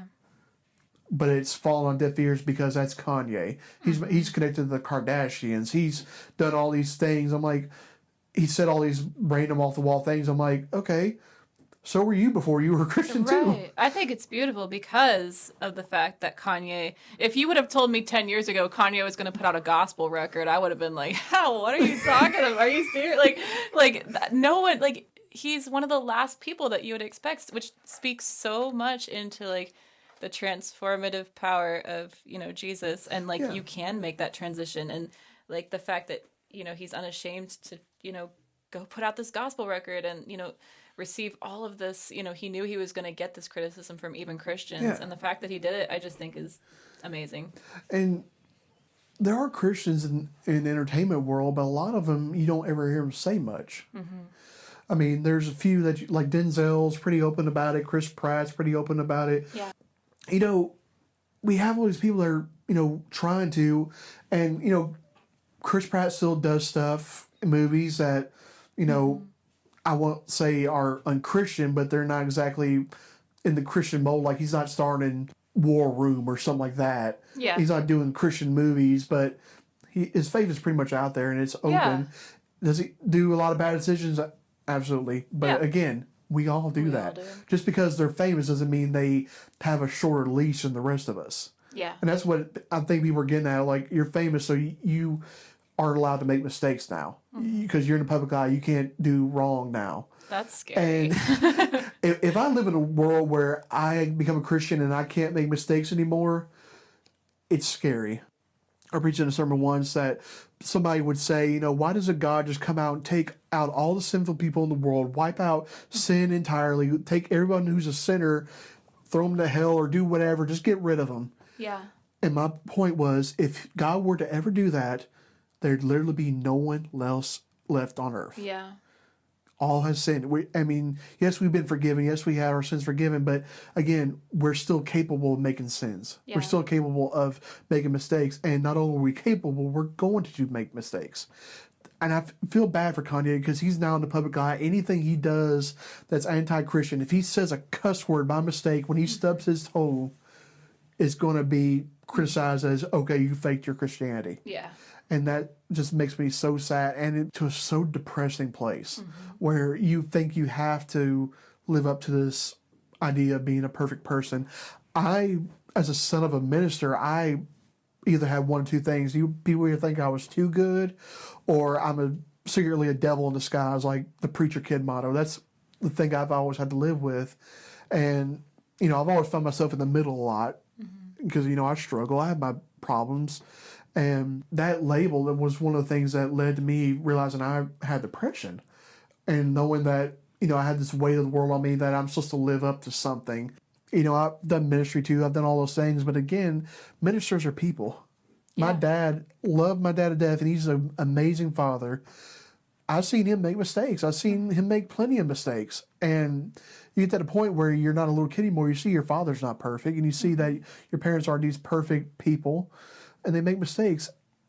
And the life is hard for a preacher, especially because you're expected to be a role model for God. But yet again, you're not God. You're going to make those mistakes. You're going to make those mess ups. And one of the things we and you have always connected on really well is the fact that we both deal with depression. We both deal with these depression issues. When it comes to music, when it comes to performing, how do you deal with depression and anxiety? I'd say faith is probably the biggest part of it. There's times I don't know how I would have made it out without it just resting on the fact that I'm not in control, because that gives me so much peace knowing that, he holds tomorrow. Yeah, and exactly. His eye is on the sparrow is one of my favorite songs. And music, I do struggle with the fact that music is so healing for me. So it can often, become, and I have to check myself because it often becomes an idol in my life where I lean so much on, being creative and writing and getting, dealing with my depression in that way that I forget to, go to God and talk to him about it. And so it's always this balance that I have to maintain where, yes, music is so healing for me. And, I feel like I've written some of my best songs when I've been at my lowest. Yeah. But then I always have to, check myself to make sure that it's not, I'm not replacing, God with, my music, and because that's such a big part of my life. And, just with anybody who has something they're really passionate about, it's hard to maintain that balance of making sure it's not an idol in your life. But yeah, I'd say music has definitely, like I said, I've written some of my most meaningful songs when I've been at low points. So. And I'm the same way. Like when things are low, things are bad, that's when I get more creative. Yeah. Because I think you're the same way as I am, is when you're at that point, you want to transfer that negative energy into something. You want to be able to do something to maybe get yourself out of that mood, to get yourself feeling better, or you just channel it to where you can ignore it and by doing something else. I wrote Chasing After Wind when I was at a low point. I was really depressed and sad, and it just so happens it was a sad script and stuff, but I was at a low point, and very then relatable though. Yeah, exactly. You can see where you were. Yeah, and I've talked to you about this and how the story kind of relates to me a little bit. Being the son of a minister, having to live up to these unexpected standards sometimes. But I was at a low point writing that. Not about those standards, but at a low point, and then plus a kid here who had been struggling fighting cancer had just died. And so the whole community knew about it. He just died, and I don't know why that triggered something in my brain to write a script that has nothing to do with that, but it just flipped that switch. I was already feeling down, and okay, I feel worse now. I got to do something about this, and I channeled it doing that. So I think something incredible was created. Yeah, and I think that's a God thing too. If you think about it, because He gives you this talent to sing, and granted, you said yourself, you don't turn to God when that happens, but you're using the gifts God gave you to channel it and to, help yourself. Yeah. And, when I write, it's the same thing with me. When I do, photography or whatever, that's the same thing with me. And I think that's definitely something that we just overlook sometimes, is the fact that we have these talents, and they're not, me and you both, do talented things, and we put ourselves out there to do these things and have public response on them. But, a lot of times and you said it earlier, we don't get that response that we're expecting from people. 100%. And we don't get that, that follow. We don't get that like. We don't get that, social media attention. Social media has hurt Christians a lot, I think. Because 100%. Because now we are so focused on other people. Now that we have that avenue to where we can get that attention from people, we expect it and we want it, we desire it. Yeah. This podcast, it may be listened to 10 people, maybe listened by thousands of people. I don't know.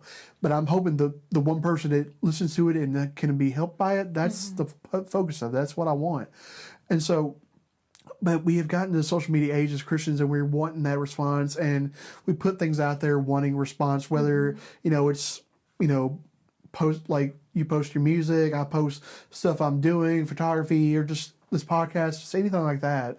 We're expecting, all our friends, all our followers to give us a feedback, to give something, whether negative or positive. That's the scary thing. We even want that negative criticism, because that means someone's actually paying attention. Yeah, that's very true. We are ignoring the fact that the only person we need to really focus on bringing attention to is ourselves.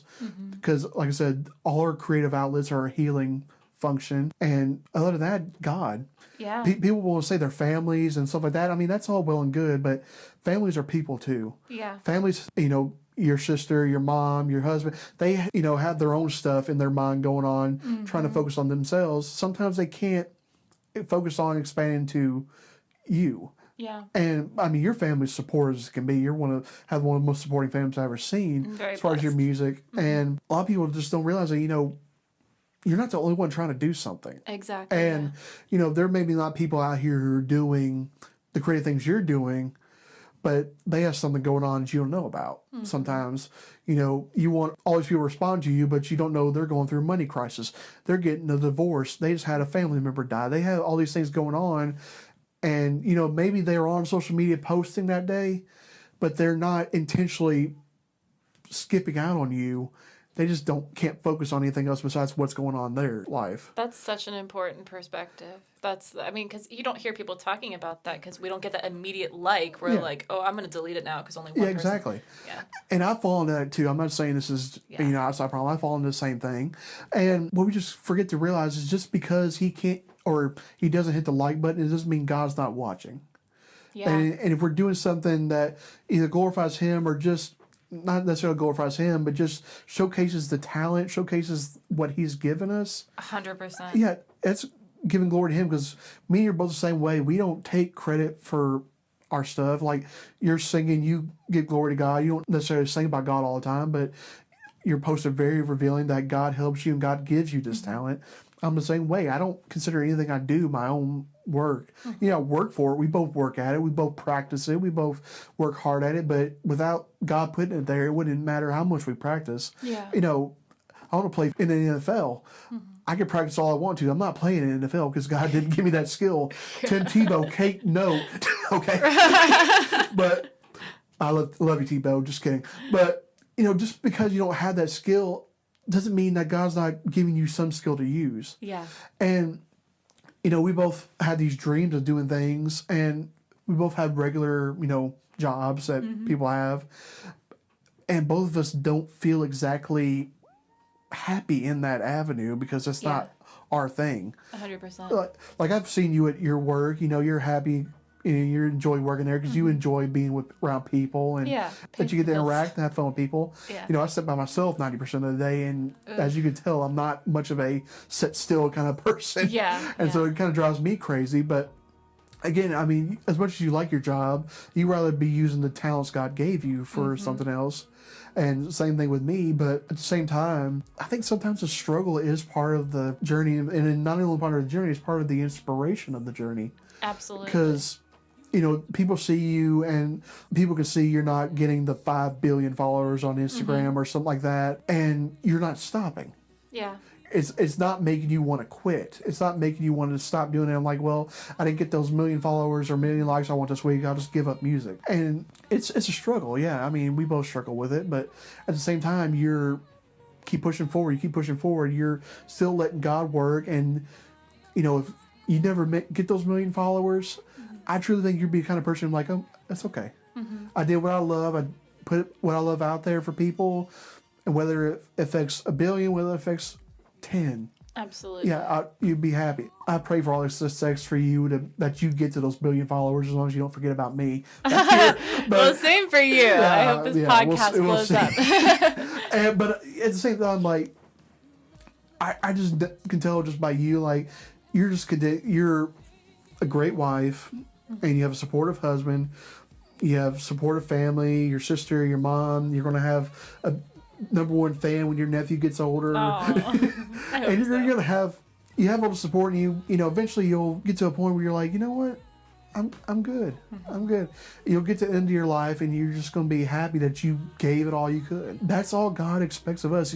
We give it all we have. Yeah. And people squander their talents because of fear, or just because they, again, like you said, they don't get those likes enough, and they just like, okay, I give up. And, for me, this photography I had struggles with because I wasn't getting opportunities I wanted, wasn't getting all the recognition I wanted.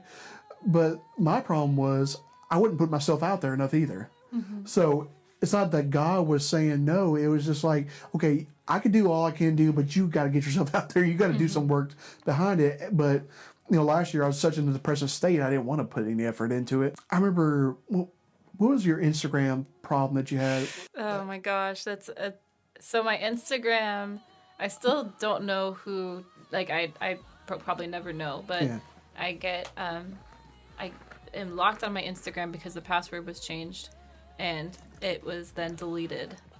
And so I don't know how it happened because I had 2-factor auth and all that stuff on, and my password was pretty complex, and someone still decided to go in there and delete it, and I ended up getting it back again, and then it was deleted again.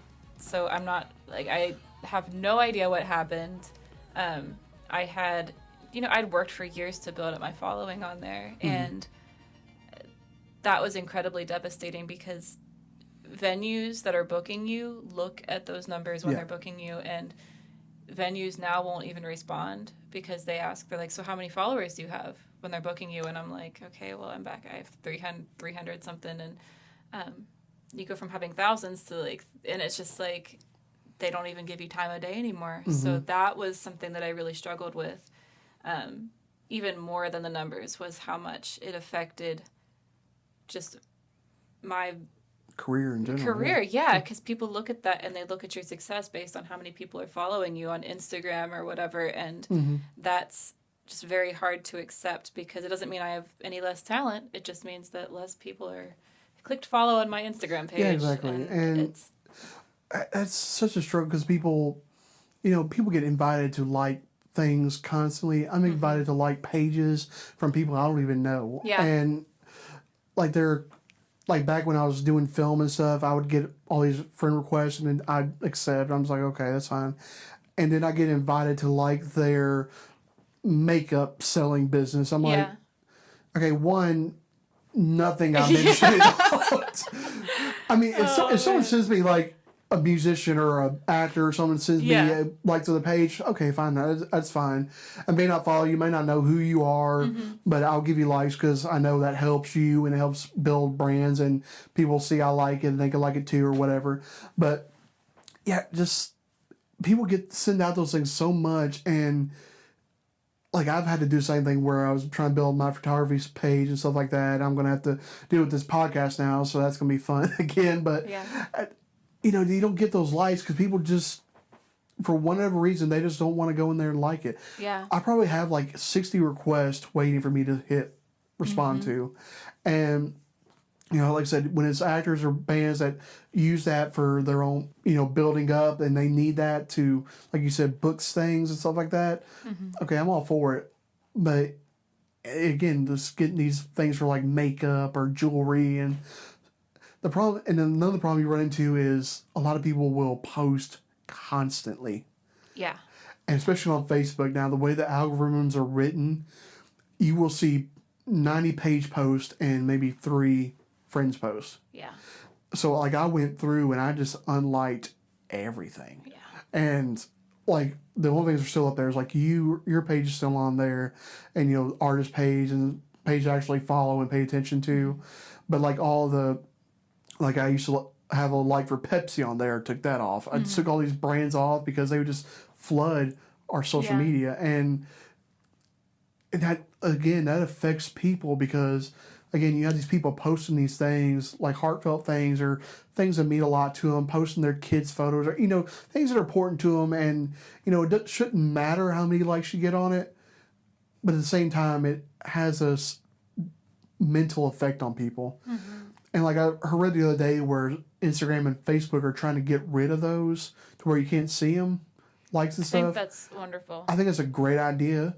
And for bands and musicians and stuff like that, it probably helps if they have that still. Hopefully they have like a business part or artist part where you can still see those things. Well, it might help. It might help, but it also might make people with talent who don't have as many likes, people would take them seriously because they can look at a picture and it has 16 likes, but it's still, they still check out their music because they can't see that it has less than 1,000 likes. They're like, yeah, exactly. These guys are actually good, know, and it's, and I'm guilty of that too. Sometimes I'll look at someone and be like, oh, they don't have this many followers, and then I pass them up because, if other people aren't listening to them, are they that good? And so I've been guilty of that too. And I know people do it to me too. So. and a lot of problems I think we run into too is everybody can make one. Yes. Everybody can do something. Like you look at podcasts, there's a billion of these things out here. So whether people listen to mine, I don't know. But at the same time, you gotta try. But I see, like you said, bands. If the photo of them is playing in the garage, and they have 6 followers. Yeah. Especially if they don't have any music for you to listen to. It's just like, why am I going to follow or support you if you're not That's true. trying? I mean, you could be broke. You can't afford good pictures, but trust me, there's a guy with an iPhone there somewhere who could take a much better picture than you playing in a dark garage somewhere. It's a possibility. So you got to market yourself, but at the same time, I feel like you have to sell a part of yourself, because if you don't get that feedback, it just feels like, am I doing, like you said, am I doing this wrong? Am I messing this up? Am I doing something right here? It's just, like I said, a constant barrage of all this. And like I said, I applaud you, because Thank you. even with that Instagram hiccup, you got it back, correct? If No, I had to build a new one. Start from scratch. Which, okay. Was actually, like, you would think it would be, like, terrible. I mean, it has been terrible for booking and stuff, but it's actually been I honestly feel like it was God, because I don't focus so much on the numbers anymore. It's not like, oh, build. Now it's just like, I don't know. I almost like breathed a sigh of relief when it was gone too. Like cried, and I was like, oh my gosh. You text me and you're like, I'm bawling or something. Yeah, my career is over. and then it's like a couple days later, I'm like, I don't have to stress about how many people are following me right now. This is wonderful. And like I got to the point where like I don't send out for stuff. I'm just like I'll send it out to like you and my close friends and stuff like that. But outside of that, I'm like, I'll post something that doesn't get what I need it to. Okay. I can't force people to hit that like button. It takes 2 seconds, but you can't force that. Yeah. And it's just like, And like I said, I'll like things and I'll just unfollow it. Like, so I don't want it on my page, but, support, cool. Yeah. Go for it. But, yeah, I mean, Facebook would just fix it to where you can actually see your friends and that stuff. I'd be fine with following everything in the world. I know. But it's all advertisements now. Yeah, advertisements or pages or celebrities. I'm just like... And it's not even in the order it was posted. They're like, we'll decide when you get to see this person's post. And then you're like, well, I followed them, so I'd like to see it. And they're like, nope.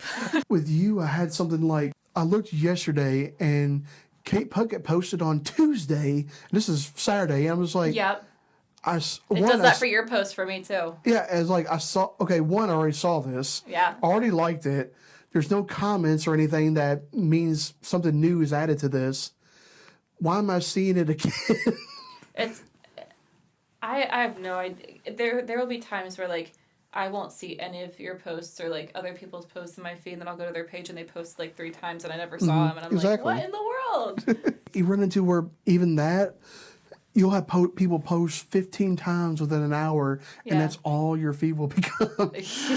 Like those grid things where it's like they post like a little part of the big picture. Yeah. Instagram, I'm not really a big fan of those. No, or they'll go on Facebook and share all these random things from random pages. Yeah. Or they'll share I put my face into this program, and this is when I'm going to die. Like, cool. I'm like, okay. So you're going to sit there. So I'm going to save that. And when it comes time, I'm going to sit next to you and go 10, 9, 8, you're almost there. And if you're not dead, I'm going to be disappointed. And I just wasted my time looking at it on Facebook. Wow. Yeah. Just like stuff like that. And again, I just think so many people are seeking attention that A, they don't need. Mm-hmm. And 2, it's unnecessary. Yeah. And like I said, this is not just a Christian problem that I'm just talking about people in general, but it especially troubles me when it's a Christian problem. It especially troubles me when it's someone who has children. Mm-hmm. Focus on the attention that actually matters. Mm-hmm. And that's not saying you can't post and you can't have fun doing those things, and getting attention on there is all well and good. But if you're trying to replace that stuff with things that actually matter, you're never getting filled. Mm-hmm. You're never going to feel satisfaction in it, because I don't care what you post. I don't care who you are. You post something, one thing may get 80 likes. Mm-hmm. Something else is going to get 6. Yeah. Like when I first announced this podcast, it got 70 likes or something. Mm-hmm. Posted about this yesterday about you coming here and recording. I think last time I looked, I had 8. Yeah. Same thing, same concept. Yeah. Just, time of day, whether people can see it or not. There's so many variables. Exactly. And especially Facebook, you just can't tell people's things logged down with things that aren't even you or even real people, to be honest. And so, social media is just a plague that's necessary, but at the same time, it's just a nuisance. And I'm one of those guys, if social media went away, I'd be fine with it. Mm-hmm. I mean, for an artist, it's definitely helpful, but people were booking stuff way before Yeah. Instagram, way before 100%. Facebook. And it was easier because you didn't have to say, well, I have this many followers. Well, that's not enough. Yeah. You don't have to worry about that. You could just say, They would actually listen to you before yeah, they yeah, yeah. checked your Here's my Instagram music. followers. You Yeah. judge whether I can actually do something good or not. So, Yeah. but yeah, I mean, just things are a little messed up in They are. this world today. And the good thing is that not everybody is just dragging everybody down. Yeah. Like, you're one of my biggest supporters in literally anything I've done. Mm-hmm. And I've tried to support you in literally everything I possibly could. And you have, yes. Yeah, I've come to as many shows as I possibly could. Mm-hmm. And, you know, if I ever had music, I'm sure you would come listen to me. I totally I would would. provide you with earphones, don't worry. Especially if it was karaoke night. If you're going to do Yeah, sing a duet by that'll be yourself. One, that's literally the only time you'll hear me sing. And two, yeah, I'll provide the earphones for you. That would be everything. That would be everything. And I might actually get some social media attention from that just for epic fails and stuff. So.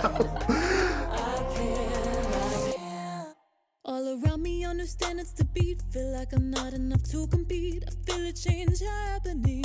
I never lost the lady within me, but still they wouldn't even recognize me. We here with too white, too brown, too thick, not curvy enough. Am I more than my body? Am I worthy of love?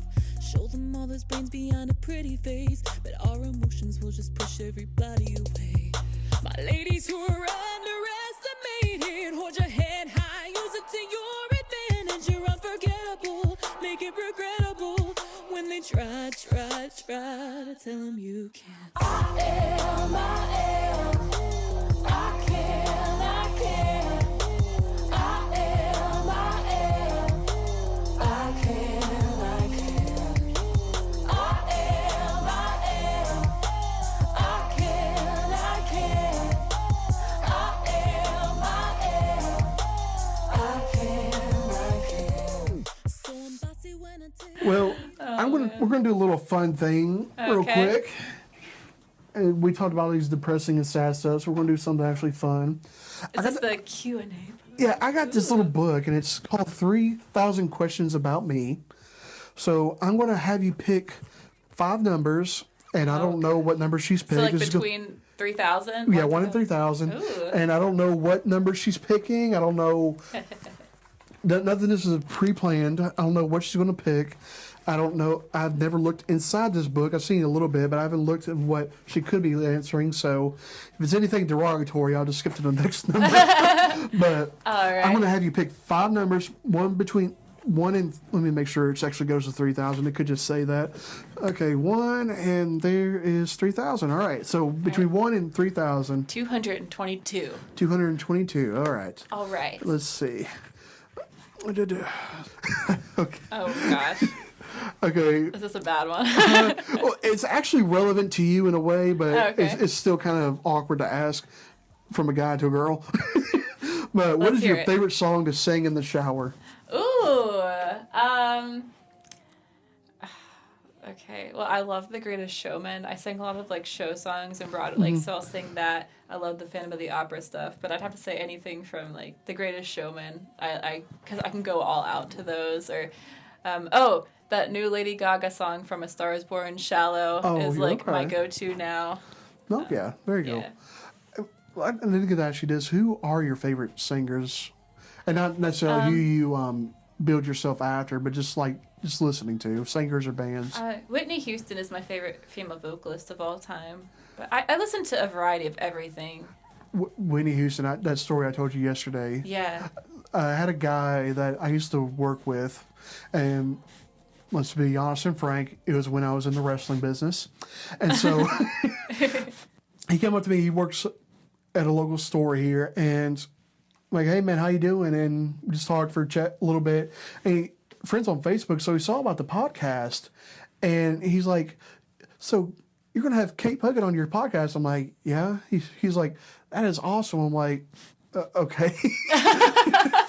I mean, you could have fans I didn't know about. I really didn't think anything of it. And he's like, yeah, she played at, I think it was a Soulfest. Soulstock, Soulstock, maybe? yeah, Yeah. Soulstock. That's in Alabama, isn't it? Yeah, Yeah. sure And so she played at Soulstock, right? I'm like, I think so. I'm pretty sure she did. And he's like, yeah, she did a cover of Whitney Houston. I want to dance with somebody. Want to dance with somebody. And I reached out to her and said, "You did the Queen proud. That was amazing." And I remember that comment. And you responded back something that just made my day. That's so sweet. Mm-hmm. And he just said, like, she seems like the sweetest person in the world. I'm like, oh, trust me, dude, she's a lot sweeter than you think. And he told me he's going to listen to this. So, hey, Kane, shout out to Kane. But yeah, I just said that, like, you know, just hearing that stuff. I mean, I know you're talented. I don't have to convince myself of that. But just to hear when other people say, you know, you have this really talented friend, you have this friend who does amazing work and stuff like that, it makes me proud. I'm like, yeah, I know. Yeah. I knew this a long time ago. That makes me feel so good. Yeah, you guys can't see, but her cheeks are red right now. Okay, so Whitney Houston and who else? Freddie Mercury from Queen is one of my favorite frontmen. I think he's amazing. Just the way he writes, the way he performs. I listen to so much stuff, though it's hard to pinpoint. Eva Cassidy was amazing. I guess a lot of the artists I like were like late. they're passed away now, but I mean, I listen to John Denver. Like, I listen to so much random stuff. Like, John Denver just makes me happy. I listen to it. Does he have a song called "Make Me Happy" or something? Similar, yeah. But I mean, I don't know if Sunshine Every Morning makes me happy or something like that. Yeah. Yeah, that's. On I my thought shoulder that was him. Yeah. makes me happy. There you go. Yep. Okay. Now, when it comes to your actual singing, who do you try to emulate? Or I know you're your own person, you do your own thing, but every singer has those people like they look up to, saying, "Yeah, I want to sing like that. I want to have a presence like that. I want to do something like that." Who is yours besides Whitney? Whitney is a big one. Like, I'd say, like, performance-wise, Freddie, just because, like, I guess I already answered. Like, I kind of just gave you them. But, like, Alicia Keys is another one. I'm a big fan of her. Just the way she sings, she puts so much emotion. Yeah. You play piano, right? Yes. Yeah, I know you played a little bit for me, but how long ago have you been playing? I mean, how long have you been playing piano? Since I moved to Nashville is when I really started. Oh, so you started kind of late in the process. Okay. It was one of those things. I came here and I was like, now I have to learn an instrument because, you know. Instead of learning the guitar like every other artist does, you decided to learn piano, and that's really cool. Thanks. That's definitely not a Nashville thing. I love the piano. All right, pick another number. Let's do 5. 5. You're going low, all right? Yes. What do you consider the most overrated virtue? The overrated... Oh, my gosh. That's a tough question. Yeah, that's what I was like... Overrated. I don't know. Okay, we'll go to another one. Okay, that's really tough. Are virtues even overrated? Like patience, kind of like I think of like patience is underrated. I think. Yeah. Because not many people have it. And that's what I'm thinking. Like I can't think of any that are overrated. All right, let's do the next one. 7. Okay, I'll skip down to this one. Outside of singing, which talent do you wish you actually had? Do I wish I had? Yeah. I wish I could dance. You're not a bad dancer. That look is like, I don't know. I mean, it sounds like dancing on stage, you're pretty good. Yeah, I mean, because that's just like you just feel in the music. But like I wish I could like really dance like the people on So You Think You Could Dance and like they're just amazing. Like the high speed, spinning around, all that stuff. I wish. Yeah, I'd break something. It's either myself or somebody else or something else. Yeah. All right, so pick another number. 35. 35? Yes. I'm surprised you haven't gone anywhere in the thousands. I shouldn't I? Have you ever won any kind of contest by yourself? No. I really haven't won anything. That's not bad. A lot of people have. Yeah. No. I'm very unlucky. Hey, I mean... Oh, okay. No, I have won something, and this is a crazy story. Okay. I actually can't... Okay, I can't believe I forgot about this. Okay. So, you know the Bible verse tattooed on me is Matthew 28:20. That's like my it's on life your shoulder, verse. right? Yes. Yeah. So, back when I was in Pittsburgh, there was this Amish furniture store, and I signed up because they were having a closing sale. They're like, everything's got to go. Sign up, you can win something. So, this is when I was going through a really bad season of depression. And I signed up for this thing like months before. And like I was just having the discussion with my mom, and I was like, God's not, he doesn't care. He's not there for me. And I was really doubting that. And literally the doorbell rings in the middle of that conversation, and I had won one of the giveaway things. And so I opened up the package, and it is a plaque of the verse, Matthew 28:20, I am there with you always until the very end of the age. And that plaque hangs up on my wall now. And that is amazing. It's like the craziest story, but I can't believe I forgot about that. Okay, what? This is gonna be crazy. Did you get it after that? The tattoo after? I got the tattoo after that, but like it was still like my life verse. Yeah. But at that point, I was like, I need this. I'm never gonna forget this. You know. It was just been even weirder if you actually had that tattoo or you just got that tattoo. Yeah, no. My mom actually drew the tattoo for me because she knew how important the verse was, and it's. Oh, I just bumped that. It's really special. So. That's very cool. All right, let's pick 1,097. 1,097. Don't fail me now, Is this question dyslexia. 5? Is it? What was your happiest dream about? I've dreamed that I got onto The Voice before, and that was a happy dream. I don't know if that will ever actually happen, but I did have a dream about it once. Well, that's something I forgot to even ask you. Have you even thought about doing one of those contests before? Or have you actually tried? I tried. I did one of the open call auditions for The Voice quite a long time ago, and nobody in my group made it. So It was one of those things where I made some friends. It was fun, but and I will say, like, I was not ready at that time to do it. I don't think I was in a place where, you know, like, I had just moved to Nashville, and it was at that point where, like, I still had so much growing to do. So it was American Idol or The Voice. I think it was actually American Idol. Okay. But, yeah. Have you ever thought about doing it again? Yeah, maybe. I think it's always scary to kind of, like, put yourself back out there, but it's scary to just stand in a room and be judged. Yeah. Like, it's not like putting on a show where everybody's there to see you. It's like they are judging you. Just you hear so many incredibly talented people at those things, and they're just singing in line, and you're like, how are you not famous? And they're just, you know, warming up, and exactly. It's and incredible. The thing with music is not everybody. You could be a talented world. Not everybody's going to be Kanye West. Yeah. And not everybody's going to get to that point, or even close to that point. Because there's, 7 billion people on the earth. Probably, I want to say, a couple 100 million could sing well. Yeah. Maybe. Oh, 100%. Yeah. And, not everybody's going to be able to break through. It's exactly. It's going to, sometimes you're lucky, sometimes you're not. Mm-hmm. That's the one thing I've learned in the music business in my classes. One thing I remember is sometimes you're lucky, sometimes you're not. I love those shows, though, because it I don't know, it's just really cool to see people kind of get their one chance and like, hear, I don't know. It's really inspiring to me to... I think I like Americans Got Talent more simply because there's more than just singing. Mm-hmm. Because after a while, every one of the singers kind of just blend together for me. Oh, yeah. And it's really bad. Those shows get on my nerves a little bit simply because before they get up there whether they're going to get picked or not. Because if you get a backstory, you're getting picked. Oh, yeah. Oh, yeah. So I end up just, like, listening to a little bit and fast forward. I'm like, okay, I know what's going to happen to you. Yeah. If you just come up there out of nowhere, you're going to get dumped on, more than likely. Some people have some crazy stories. Oh, yeah. That's why I like America's Got Talent, because everybody thinks what they can do is a talent, and it's talent, but it's not something someone's going to pay to watch. Yeah. All right, so what we got next? What number you want to go with? Let's do 2,000. 2,000 on the dot, all right. On the dot. 2,000 party over. Here you go. If you had a year where you had 0 responsibilities at all, what would you do in that year? Sleep. A lot. 0 response. No, I probably would catch up on sleep because I don't get a lot of that. And then...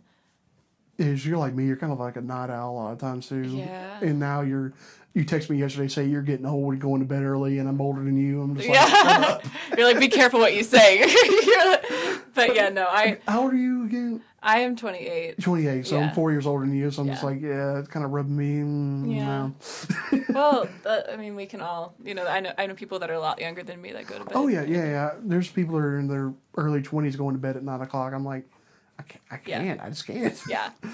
So it's got to. Okay, besides sleep, what else would you do with that year off? It's very just cliche, but I'd probably just keep writing music and You know, just get better. Spend that time that don't have to work, don't have to pay bills, don't have to just get better. Yeah. And I mean, that's true dedication. If you just take all your time off just to do that one thing. Yeah, I just binge The Office like 1,000 more times. Okay, I know you're an Office junkie. What other shows are you like a fanatic about? The Office is one. Parks and Rec. I love all those type of shows. Oh yeah. Gosh, I've watched so many shows on Netflix recently. It's hard to pick one. Like my brain is blanking right now. I watch more shows than that, but like my brain is. That's fine. Yeah. I think you're the one that actually introduced me to watching Stranger Things. Stranger Things is great. Impractical Jokers. Do you watch that Yeah, show? yeah. I love that show. Yeah, I wanted to see them when they came to Nashville, but I didn't get a chance to. And Stranger Things is just one of those shows.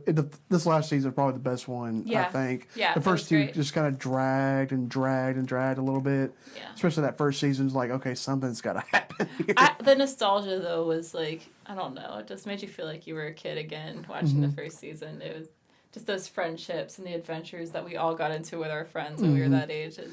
Yeah, I didn't have any friends. I can relate. Yeah, because I grew up in a neighborhood in Michigan. I came down here, and there's literally no kids on this street when I grew up. Like, you met my best friend, who's my roommate now. We've been best friends since we were 8, and he lived like 15, 20 minutes away, down a lot of big hills, curvy, so bike riding wasn't an option. So, yeah, it was a struggle trying. And there's all other reasons, too, that I didn't have friends down here. But we're not going to get, this ain't about me today. So, all right, so 2 more. All right, I can probably do one more because I do have to get going. Oh, you do have to get going, that's right. Yeah, but let's do one more. Let's do 3,000. Let's see what the last question is. The last question. That's going to be scary. Okay. Okay, when boy. you're... I think I already know the answer to this. When you're sick, do you grin and bear it or just curl up in bed as much as possible? Can I say both? Because like I'm such a baby about I'm such a baby when I'm sick, but I also like have to push through it, and I feel like the show must go on. So Yeah, it's exactly. Like, I'm like a drama queen every time I get sick. You get there like, I'm sick.